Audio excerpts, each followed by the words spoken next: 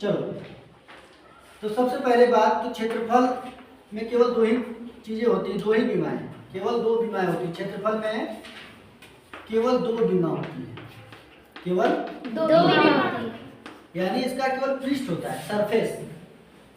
कुल मिला के हम ये कह सकते हैं दो विमाओं में या तो लंबाई चौड़ाई होगी, है ना, यस सर, या चौड़ाई ऊंचाई होगी, या ऊंचाई लंबाई हो सकता है। बस केवल दो ही विमाएं होती उसमें। क्षेत्रफल का मतलब ये होता है। और हम अभी तक केवल आयत का क्षेत्रफल जानते हैं। किसका क्षेत्रफल? आयत का। आयत का क्षेत्रफल जो होता है वो है आपका लंबाई गुणित चौड़ाई। परंतु हम वृत्त की बात कर रहे हैं। वृत्त में लंबाई चौड़ाई कहाँ होती है? क्या होती है तो कैसे होती है?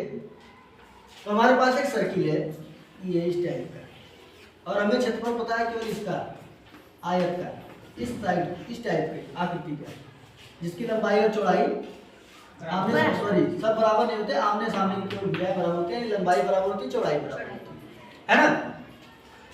तो आप देखते हैं कैसे इसको हम इस फॉर्म में, इस चीज को इस फॉर्म में प्रकट करते हैं, और प्रकट करने के बाद फिर कैसे क्षेत्रफल लंबाई चौड़ाई में कैसे इसको बदलते हैं। तो सबसे पहली बात, ये इसकी त्रिज्या है ना। यस सर, हमें पता है वृत्त की त्रिज्याएं समान होती हैं, तभी तो वृत्त है वो, है ना। ये चीज है।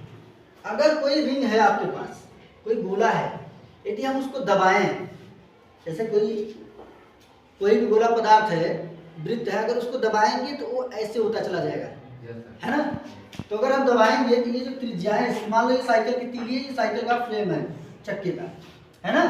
जब इस चक्के को ऐसे दबाया गया तो इस टाइप की आकृति आपको दिखेगी। तीली जो है ऐसे हो जाएगी ना, यस सर, इस टाइप का ये ऐसे करके जितनी भी तीलियां रहेंगी सब ऐसे जुट जाएंगे। अब हमें इस टाइप दिख रहा है, दिख रहा है नहीं? यस सर, इसके जैसा दिख रहा है नहीं? Yes sir. अब देखो, इधर कम है लेकिन इधर ज्यादा है, इस ऐसा बना दे तो शायद नजर आए।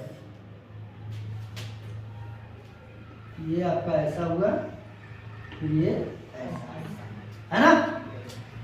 अब हम ये देखो, ये इसके बराबर है क्योंकि तीली है। यस सर, तीली तो छोटा हो नहीं सकता। नहीं। जब इसको हमने दबाया, ऐसे संपीड़न किया, इसको जब दबाया तो इस टाइप की आकृति धारण कर दी। अब देख रहे हैं कि तीली ये भी है, तीली ये भी है, यानी बराबर होगा, और ये आमने सामने बराबर होगा। इसकी बात है, यानी ये आयत जैसा बन गया। तीली क्या थी आपकी? त्रिज्या थी, है ना। ये त्रिज्या है, ये त्रिज्या है, परंतु ये हमें नहीं पता। लेकिन हमें पक्की बात जानते हैं कि ये दोनों बराबर हैं। क्यों?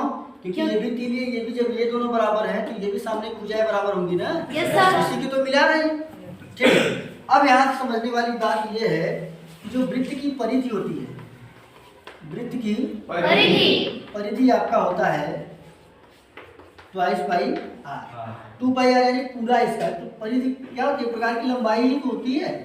अगर इसको कट करके ऐसे कर दिया जाए, फैल जाएगा ना, प्रकार की लंबाई होती है। लेकिन जब बीच में से कट कर दिया गया तो ऊपर का भाग है, नीचे का भाग, तो 2 पाई आर जो है, क्या हम कह सकते हैं कि पाई आर इधर है और एक पाई आर इधर है? जोड़ेंगे तो पूरा सरफेस मिल जाएगा 2 पाई आर। एक पाई आर, एक पाई आर, कितना हुआ? 2 पाई आर। अब ये आयत हो गया, इसमें कोई शक नहीं, पक्की बात है ना।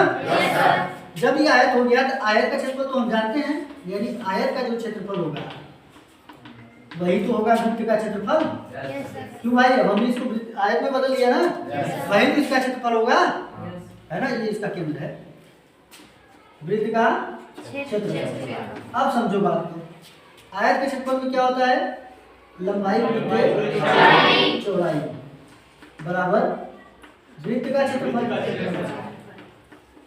है ना। अब यहाँ से ऐसे लिख सकते हैं, वृत्त का क्षेत्रफल बराबर लंबाई गुणित चौड़ाई। लिख सकते हैं कि नहीं? अच्छा, एक लाइन और देख लो, वृत्त का क्षेत्रफल बराबर लंबाई कितना है? अरे भाई 2 पाई आर पूरा था ना, ब्रेक कर दिया, एक ऊपर एक नीचे, दोनों को जोड़ेंगे 2 पाई आर। तो यहाँ से यहाँ तक की लंबाई क्या है? पाई आर। और चौड़ाई क्या है आर। जब दोनों का गुणा करेंगे तो क्या आएगा